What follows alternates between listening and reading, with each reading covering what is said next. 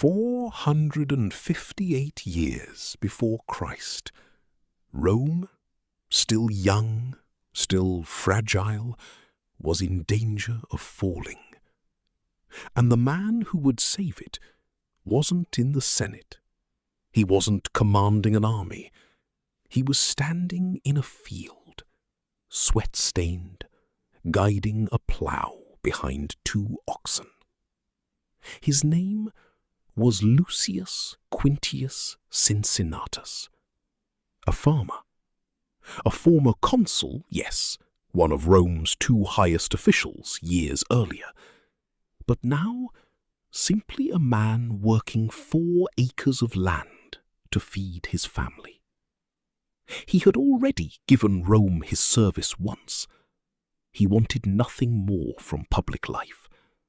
He only wanted his land, his family, and his quiet work. But outside Rome's walls, disaster was unfolding.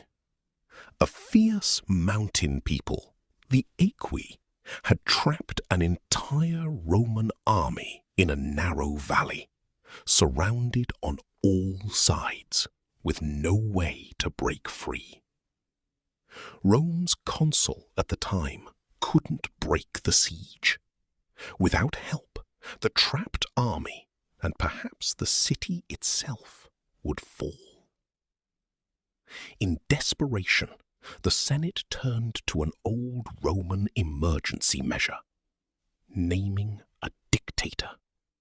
Total power granted to one man for as long as the crisis demanded. There was only one name they trusted enough to hand that power to. They sent riders out from Rome, straight for a small farm across the river. They found Cincinnatus exactly where he always was, in his field, plowing, hands still on the yoke. Rome needs you, they told him. The Senate has named you dictator. Absolute power. Every legal authority in the Republic now yours. If you'll take it. He didn't hesitate long. He called for his wife, Recilia, to bring him his toga, the formal robe of a Roman magistrate, folded away, unused, for years. He washed the field from his hands. Underneath the dirt was still a man Rome had trusted with power once before, and was about to trust again, with more of it than almost any Roman had ever held. Within hours, the farmer was gone. In his place, the absolute ruler of Rome, riding to save an army that had almost given up hope. He moved fast, gathering every man of fighting age left in the city. He marched through the night toward the trapped legion, and toward the enemy holding them.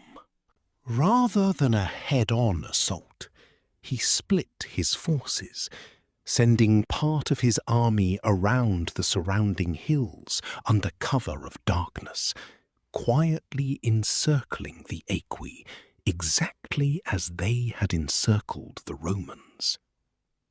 By dawn, the trap had been reversed.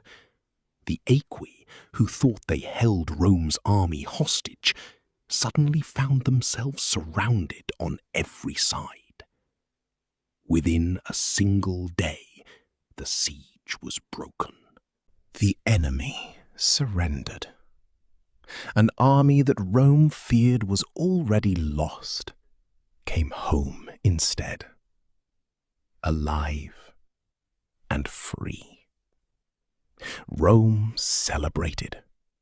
Cincinnatus returned a hero, given every honor the city could offer a man who had just saved it from destruction.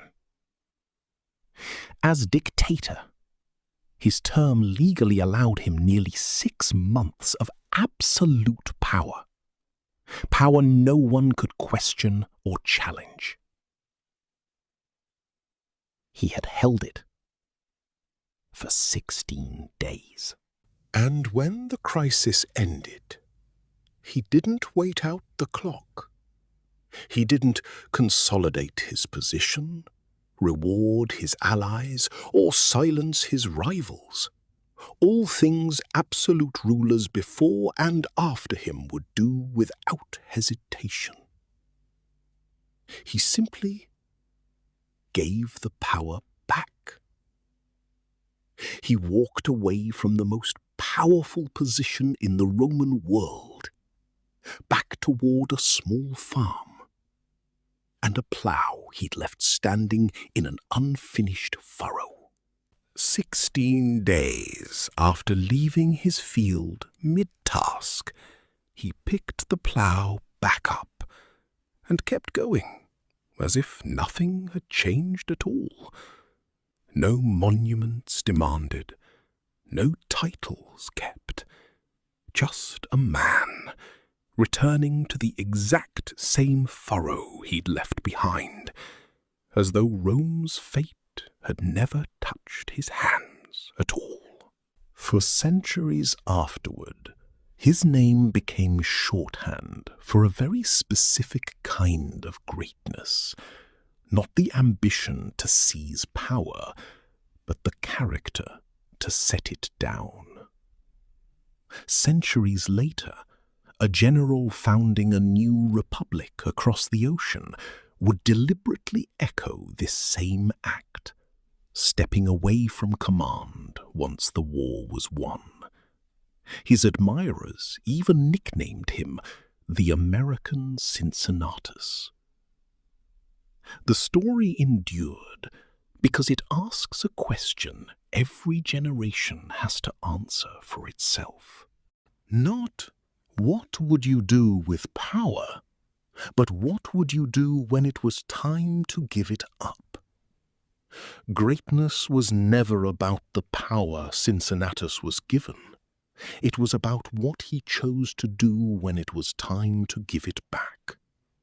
True leadership isn't measured in how long you hold the crown. It's measured in what you're willing to walk away from. Welcome to Tale Catalyst. Subscribe for more stories that spark change.